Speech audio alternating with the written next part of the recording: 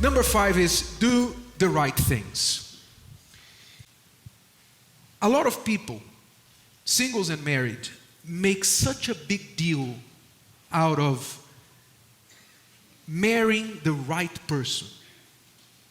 You know, they say, oh, I think our marriage was a mistake. I married the wrong person. He's so different from me, she's so different from me. He comes from a different culture. He doesn't like what I like. His taste in music is horrible. I can't cook the food he likes. Or they start finding everything that they think is wrong with the person. Singles also remain single for a long time because every person they consider for a relationship is wrong. We've discovered that in a successful marriage, in a successful relationship, it's not about marrying the right person. Because, first of all, what is this right person? Right? What is a right person? Someone who's going to fit you like a glove? Well, I have bad news for you. That person doesn't exist. No one is going to fit you like a glove. No one. I don't fit like a glove for my wife. She doesn't fit like a glove for me. But we are suitable for each other. That's the best that we can get in a successful relationship, is someone who is suitable to us. Love starts by knowing and not by feeling. Okay, that's again another shocking statement a lot of people find. How come love starts by knowing, not by feeling? I've always heard that love is a feeling. Well, love includes feeling, includes a feeling, but feelings are very small, very minor compared to the whole thing that love involves. If you think of love as New York State, okay? Let's say that New York State is love. Sorry, is feelings. Feelings of love, New York State. And the United States of America is love as a whole. So the United States has 51 states, one of which is feelings of love. But then the other 50 states are just as, if not more important for love than the feelings of love. What are these other states that make up love as a whole? Things such as honesty, for example. Honesty, truthfulness, loyalty, to be faithful, to know that if your husband or your wife is away on a business trip, that you can trust him or her that he's not going to be up to any bad thing. You can trust your wife. So trust, faithfulness, truthfulness, honesty. Justice that I told you just now, to be just. Love has to have justice. Love has to have peace. Love has to have joy in it. Good sense of humor. Yay! Okay. I think when you understand what we mean, you won't clap hands very much.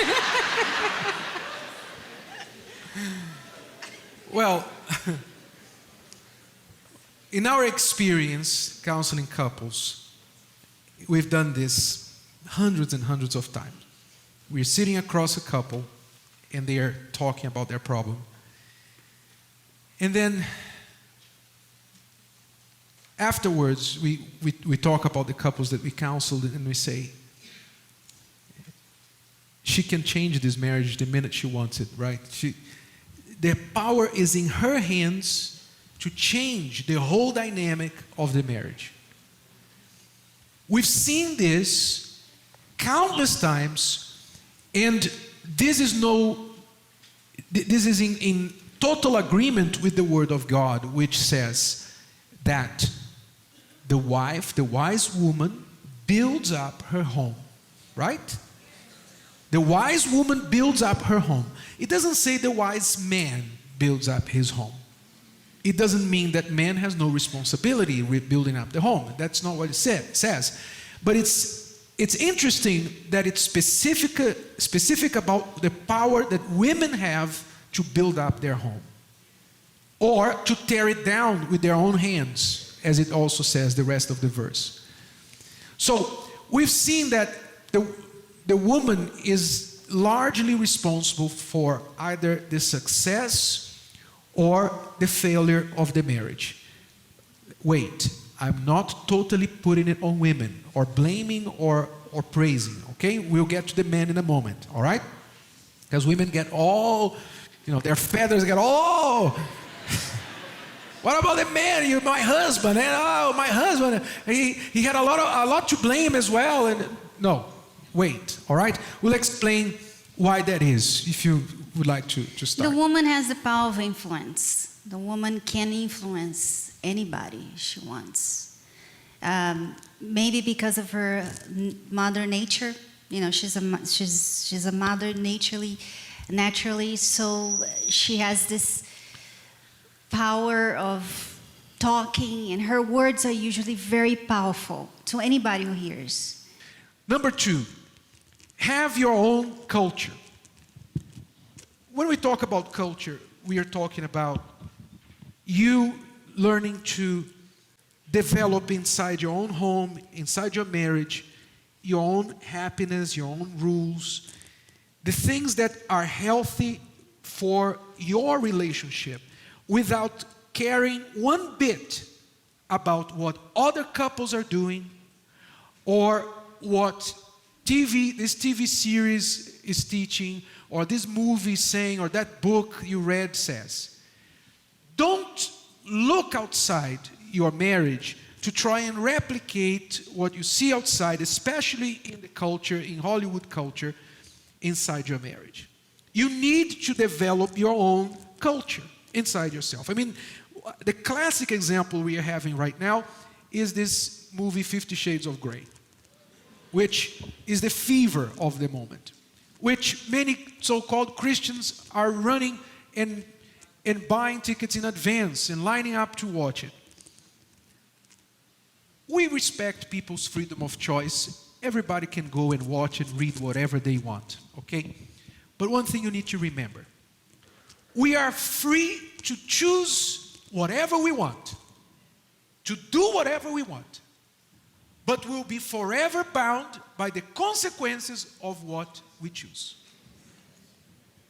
We'll be forever bound to the consequences. What do we talk about? Of course, I don't want to go deep into this movie. It suffices to say that there are some things that you don't need to bring into your marriage. There are some garbage that you don't want to rubbish your mind with. And it's foolishness to think, oh, it's just a romantic story, it's just a movie, it's fiction, it's nothing. I can go in there and watch it and not be influenced by any of it in real life. It's foolishness. We are all influenced by what we see, what we hear, what we read, what we feel. We are all influenced. We are. That's how we're built as human beings. I mean, if we weren't influenced by what we see, what we watch, companies wouldn't pay millions of dollars to advertise. We are influenced by what we see, by what we watch, even though that ad we see, that we see that model with a perfect body eating macaroni and cheese. We know that's not real. We know that's not true. We know it's a lie. We know it's fiction. Right? Because women who eat macaroni and cheese with that gusto don't have that body. But we go out there and we buy that macaroni and cheese because we saw that beautiful ad. It's not real for a lot of people. It's very hard. Only 1% of the people in the world have a body like that. But that's the power of influence. So have your own culture in your marriage, in the sense that don't try and compare real life with virtual. You husband, you think you can go on the internet, watch pornography, watch those women who have bodies that you like I said, 1% of the women in the world have. And then you can come home and go to bed with your wife and have sex with your wife with her body, because it's her body. That's the body that she has. And you think you can have pleasure like that? You're kidding. You're destroying your sex life. Do you know what's happening with a lot of men who view pornography repeatedly, habitually nowadays? They can't perform with a real woman anymore. They can't. This is medically proven. A man views pornography, and women are doing this more and more as well. A man will view pornography, he will get used to visual stimulation, and then he will masturbate to what he's seeing. So he learns to give himself pleasure, he learns to be a lover to himself, but he doesn't learn how to be a lover to his wife. And then, when he wants to have sex with his wife, he no longer feels pleasure as he feels when he's viewing pornography or masturbating. What does he do in the long term? He leaves the wife and he just remains with the porn.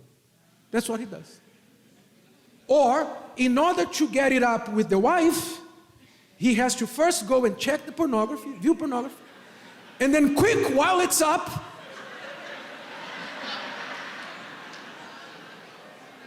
and that's sad. you know we struck a nerve here. So we'll just say that. We'll stop here, all right? But we say to you, don't go after what everybody else is doing. Don't fall for that. Oh, but everybody does it. Men do that. Men do it. This is men stuff. No, I don't do it. A lot of men I know don't do it. Okay? And the same thing goes for romance. I mean, women talk so much about men viewing porn. Man, you shouldn't stop seeing that. I don't like you seeing these women. And then they go and watch 50 Shades of Grey. Because it's a romantic story. It's not a romantic story. The same damage that porn does to men, romantic stories do to women. Because it's all about one thing: comparisons. Men will compare what women he views in pornography to the wife he has, the woman he has. Women will compare the main guy in the romantic story to her husband. And there's no way that her husband... And she'll feel frustrated, of course. There's no way the husband can compete with that guy. There's no way. Because that guy doesn't exist. That guy was made up. So, have your own culture based on the values of God, okay? We chose not to read 50 Shades of Grey, not to watch 50 Shades of Grey, and a lot more of other movies and books, and music and stuff.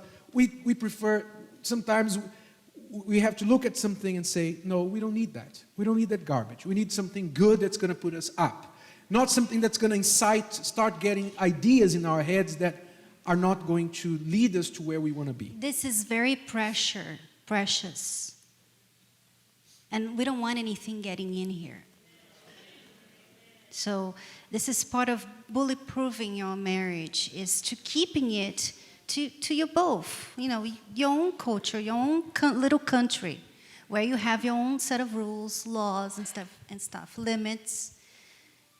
Some people, when they open too much, they lose this.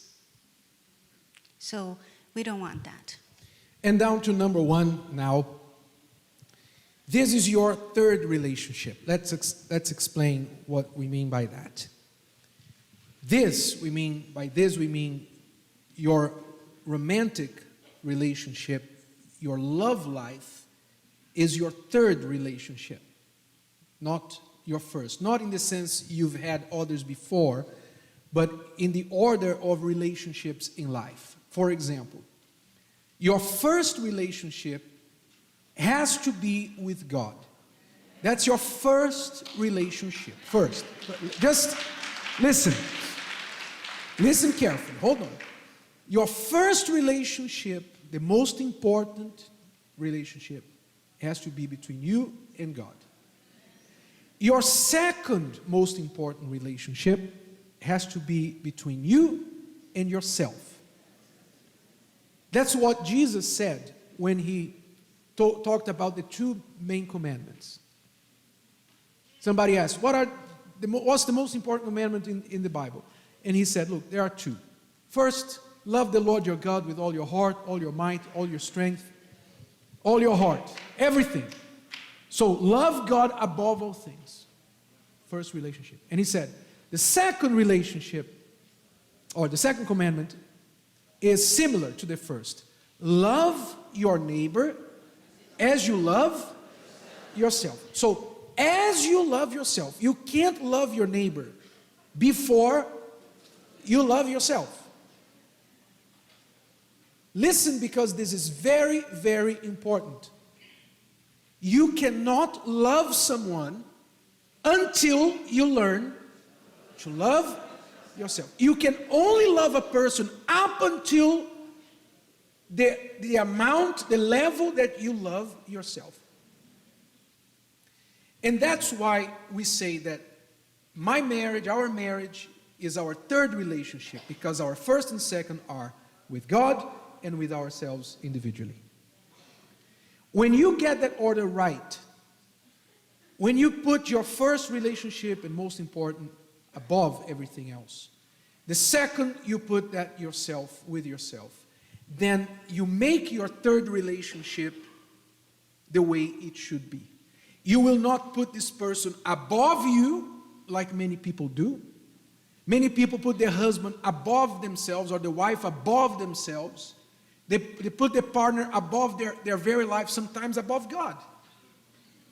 What's the number one reason people leave the church? They leave God, the love life. Because they can't stay, they can't do relationship God's way, so they prefer to leave the church to do relationship their way.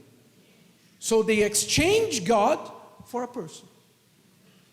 And that's why they're getting it wrong. You have to put God first. No negotiation here. Yourself second. Not below anybody else. And then you make yourself ready to love that person that you have. When this is your third relationship, then it has everything to be right. Because you're not going to manipulate everything you see. When you don't love yourself, when you have a problem with yourself, when you don't value yourself, if you're inferior to people, you see everything the wrong way, because the problem is inside you. You're not the second one there. You may be the fifth, the sixth, the seventh person. And I used to do that. I used to have God first, and then I used to have my husband. And everything was always him. I always wanted to please him. I didn't focus on myself. I didn't see how I needed to change. I only saw what he needed to change, because all I did was look at him. You put that person in a spot that is very hard to please you, being second. It's very hard to please you. He's never going to be fully the person you want. So when I began loving myself, in that order, myself first, then I could love my husband. Then I could look at him and see beyond his mistakes. So this order is like, it was crucial. In our marriage, this is the one thing that changed for me, that changed everything. When I changed, and my main change was the order. I had everything messed up. And when you put yourself in that place that you were supposed to be, you become such a much better person. You don't depend on other people's approval anymore. You don't depend on your husband saying I love you all the time. You don't depend if he likes your hair or not. I used to change my hair all the time. Sometimes it was red, sometimes it was brown. I used to change. I tried everything to get his attention. When I found myself, I didn't need it anymore. I've been like this since.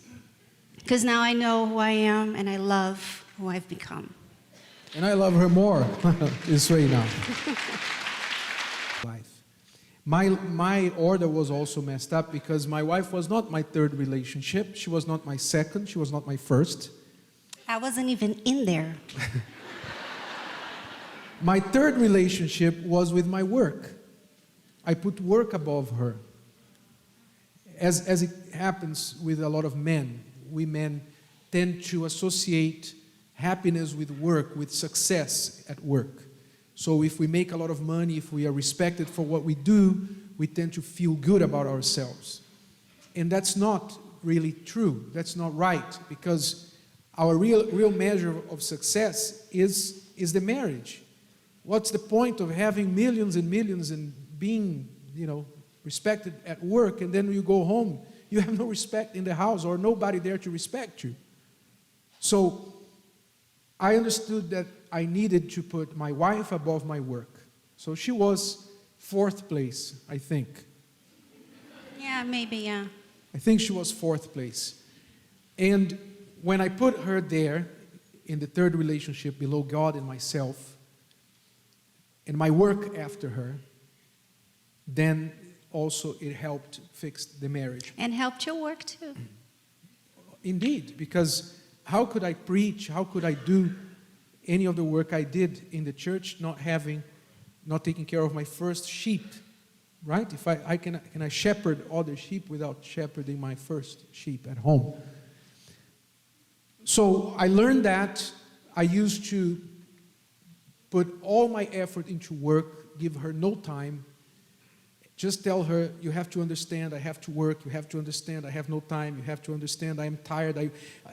I never had time to be with her because I had to work. And then when I had time to be with her, she had to understand I was tired because I worked so much, right?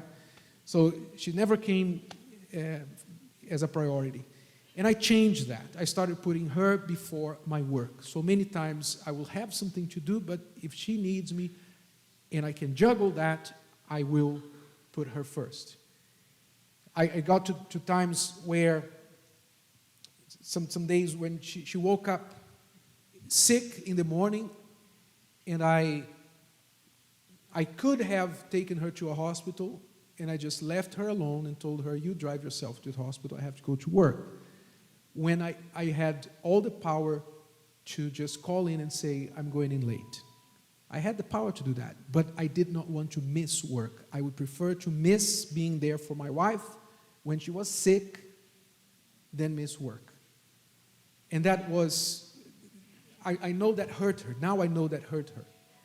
At the time I didn't realize that it was hurting. I thought I was teaching her to be tough.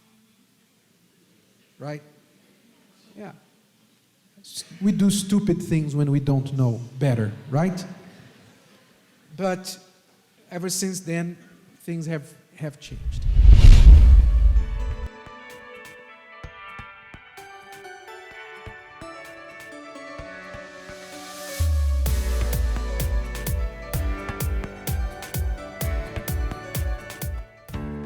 Did you know that over 50% of couples who get divorced regret not trying harder to save their marriage? No one gets married to later get a divorce, but sometimes it seems like there's no other option. Wait! You haven't tried everything. Bulletproof Marriage has already helped millions of couples all around the world to avoid separation. Even if one party isn't willing to change, or the relationship seems like a lost cause, give yourself this opportunity. Read this amazing book and shield your marriage against divorce. Buy the book on Amazon.com today.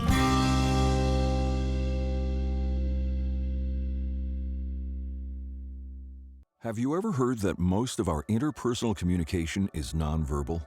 So if you say that you can't wait to see someone, while your body language communicates that you really wish you had an excuse not to, without realizing it, your body is speaking much louder than your words. Have you ever been upset with someone you love, not because of what they said, but because of how they said it? Just like body language, our tone of voice can communicate volumes and cause a great deal of misunderstanding in a relationship. Healthy communication skills are the foundation of any relationship, and especially in marriage. but research has documented how differently men and women communicate and interpret information. Do you know how your spouse sees you? Are you sure you know how to communicate with them? Are you saying the right words but sending all the wrong messages with your body language and tones of voice? Come to our Therapy of Love meeting for practical teaching on healthy communication in marriage. The Therapy of Love is a meeting for both married and single people who want to get smart about love and allow God to heal and rebuild their love lives. To learn with David and Evelyn Higginbotham in person, come to the Houston Universal Church at 7075 Southwest Freeway between Bel Air and Hillcroft every Thursday night at 7 p.m. Also, at every Universal Church location.